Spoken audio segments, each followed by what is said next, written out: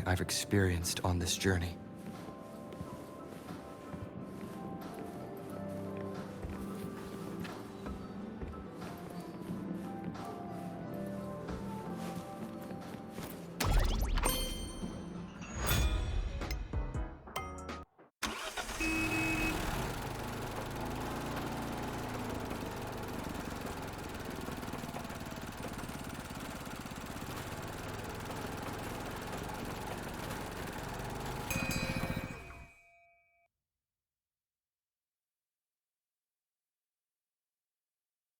Here we are.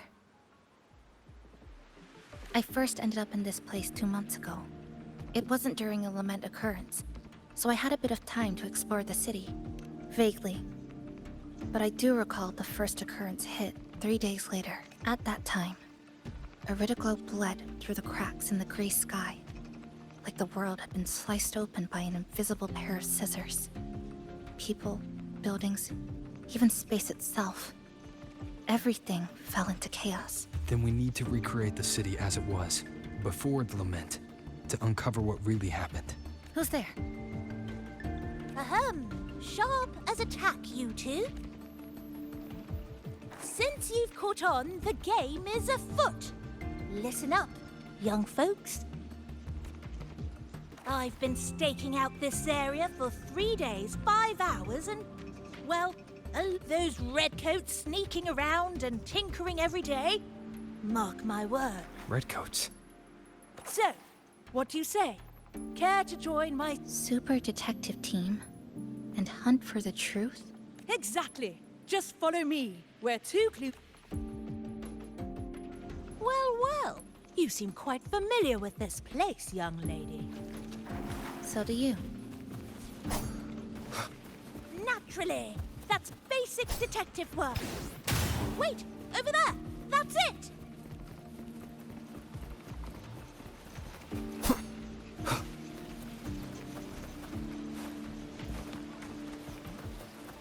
The Fraxidus must have left this device here.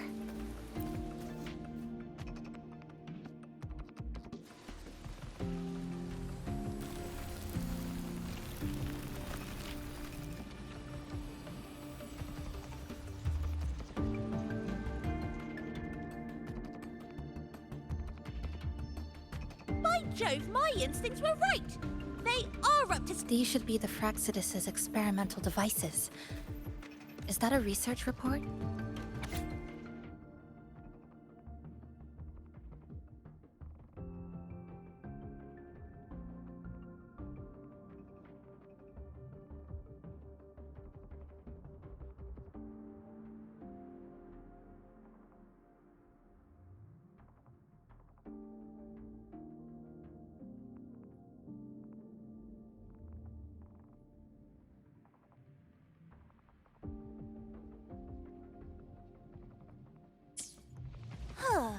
First time seeing a report like this.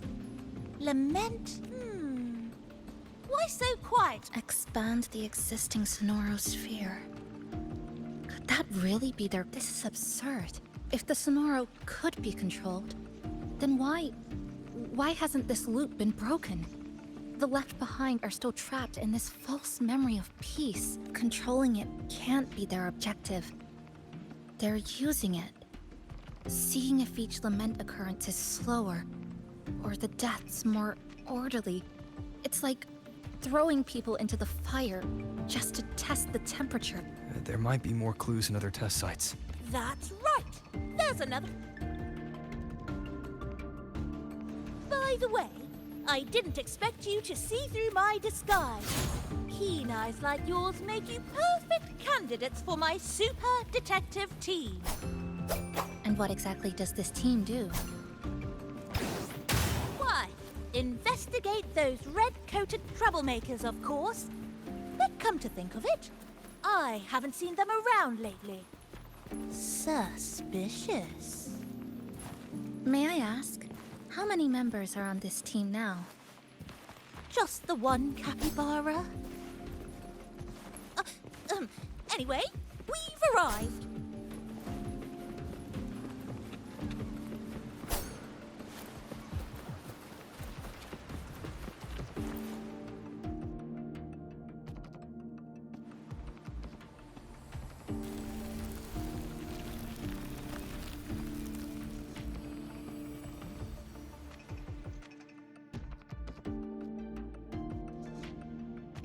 Another report. Just as we expected.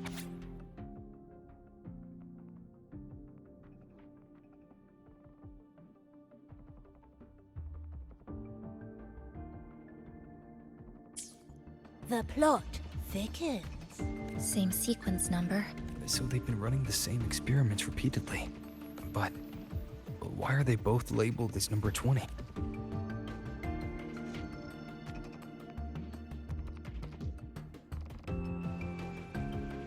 Nothing. Just thinking about a friend. Yes. I'm sorry. I forgot to tell you her name. It's Sumika. This is where I first met her. Where our old base was. I left after the lament sliced and stitched this place over and over. And I never returned back then. Sumika used to tease me. She'd say I had to map everything out. Route, terrain, vantage points, exits and entrances. All of it. But she always went with her gut. Terrible sense of direction, though. Even so, she chose to go to that tower alone. I want to go back. To see if there's anything we missed. Thank you for accompanying me. Oh!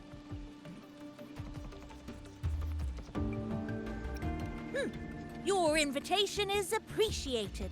But a good detective never leaves a... I'll take my leave now. It's been a pleasure working with you. Well then.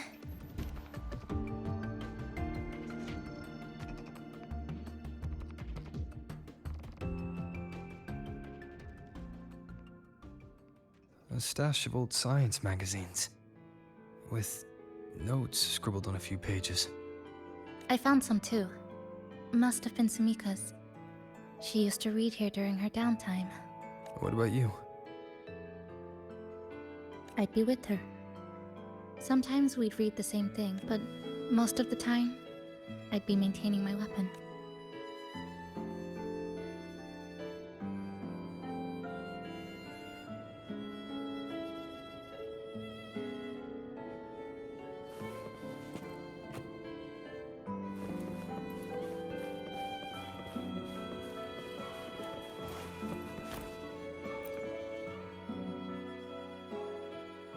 That stash in the corner.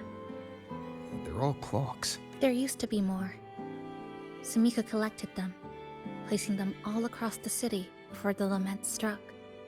Then, she went back to retrieve them, one by one. It was pure madness, but it proved her theory. The closer you get to Neon Tower, the slower time moves.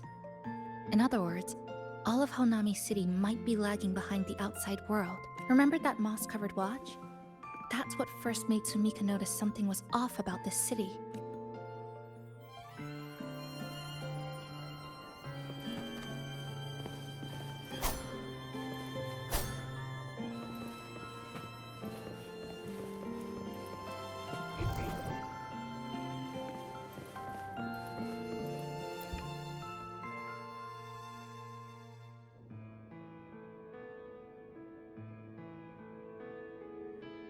Is this...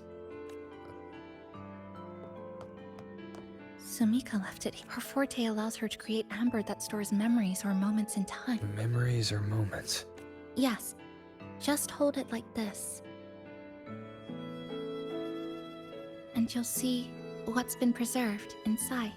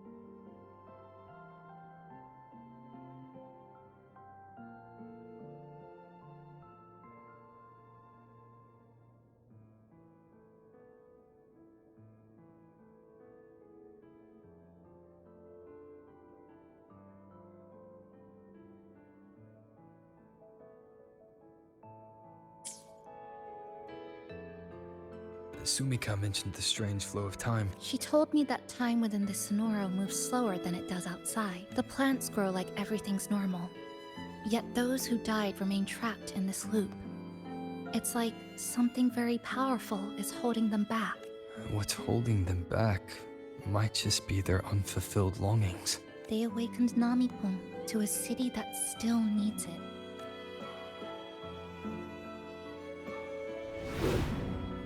Look, more amber behind us. This piece looks like it was created recently. Go on. Hold it like you did before.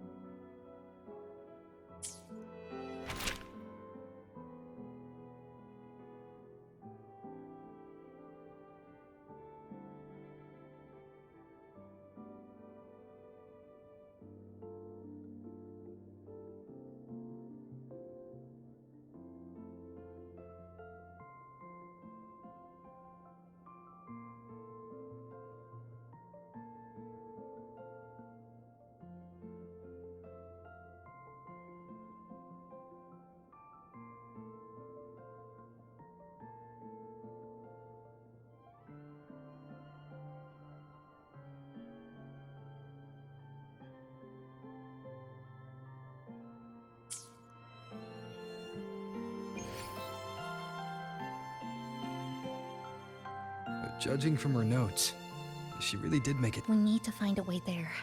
Let's return to the cafe first. We'll need to check with Namipon to see if the longings we've gathered are enough to guide us to the tower.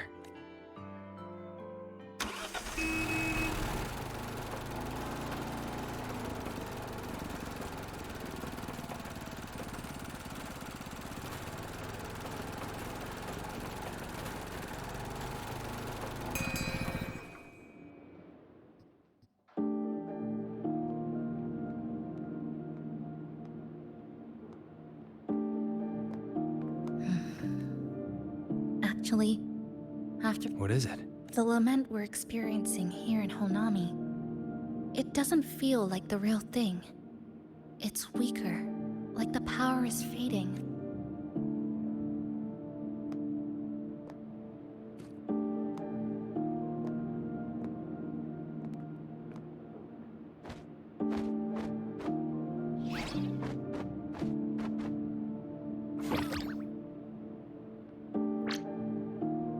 Welcome back. If we want real answers, we'll need to reach the lament's source.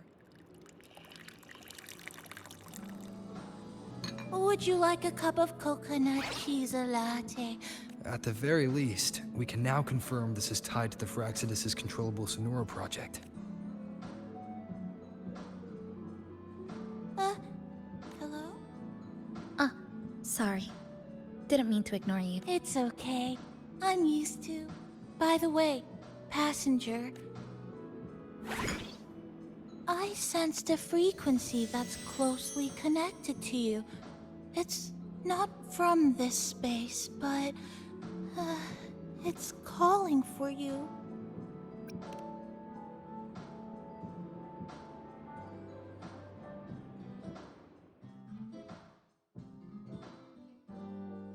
Is it coming from the outside? Is the connection between this sonora... Correct. It's beyond Honami City. Part of it resonates from with... Who's Abby? I see. I haven't seen it before. Maybe it's looking for you. Just like Namipon said, but this space should be completely sealed off. Unless the restraints around the Sonoro are weakening. Could it be because of the longings we gathered?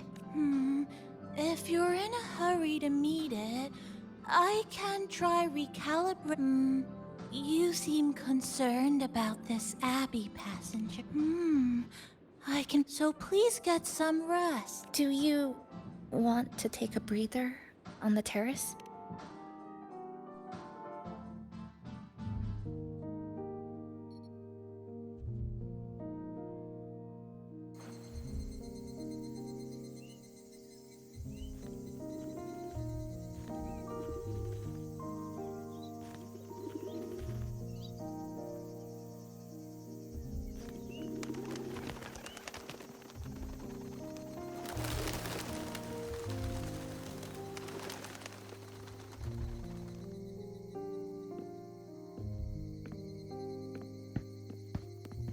Nice weather today. Rare to see a sunset like this. If Sumiko were here, she'd probably capture this moment in one of her ambers.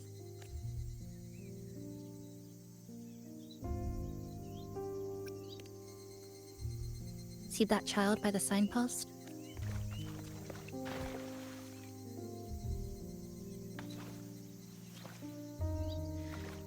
That's the 7th time I've seen him fall there. The cashier keeps wiping a stain that isn't there. The walls are barely standing, but her uniform is spotless, just like it was. The vending machine is due for restocking, with soda bottles that are already decades old. That cat has been lying there for 2 months. Maybe longer. I've only known it for 2. Middle school students are still taking photos of the sky. One that is now torn apart by resonance cords. But in their eye, it's still clouds, birds, rainbows, the perfect sky of that single day. The store keeps playing pop songs from the last century. The window that never shut all the way is still stuck at the notch it was left on years ago. They've all been left behind in the past. As for me, I'm starting to forget what day it is today. This kind of life almost feels like...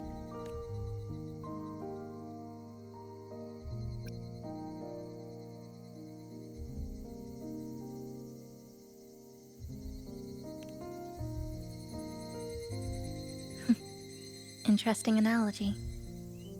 When I was little, I once lost an entire holiday's worth of homework I'd worked really hard on. My parents and teachers didn't scold me, but I still felt terrible about it for a long time. Now I always save my work the second I finish it. I think it's kind of like an unanswered call. My parents were always busy. Whenever I missed them, I'd try calling, but most of the time, they couldn't answer, even when they did. We never had much to say. After I became a resonator and was placed under supervision, those chances became even rarer. I think the things people said about me ended up putting a lot of pressure on them too. In my hometown, resonators aren't really accepted. Someone who can't control their abilities is like a ticking time bomb, feared and resented. I didn't want my parents to suffer because of me. So I thought, maybe if I stayed away, they wouldn't have to deal with the looks or the whispers.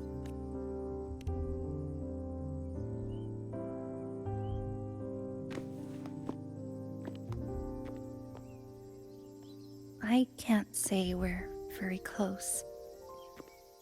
It's not that I hate them. Things were just ordinary. They had their jobs, I had school. We hardly spent time together. But sometimes I do miss them. Just a little.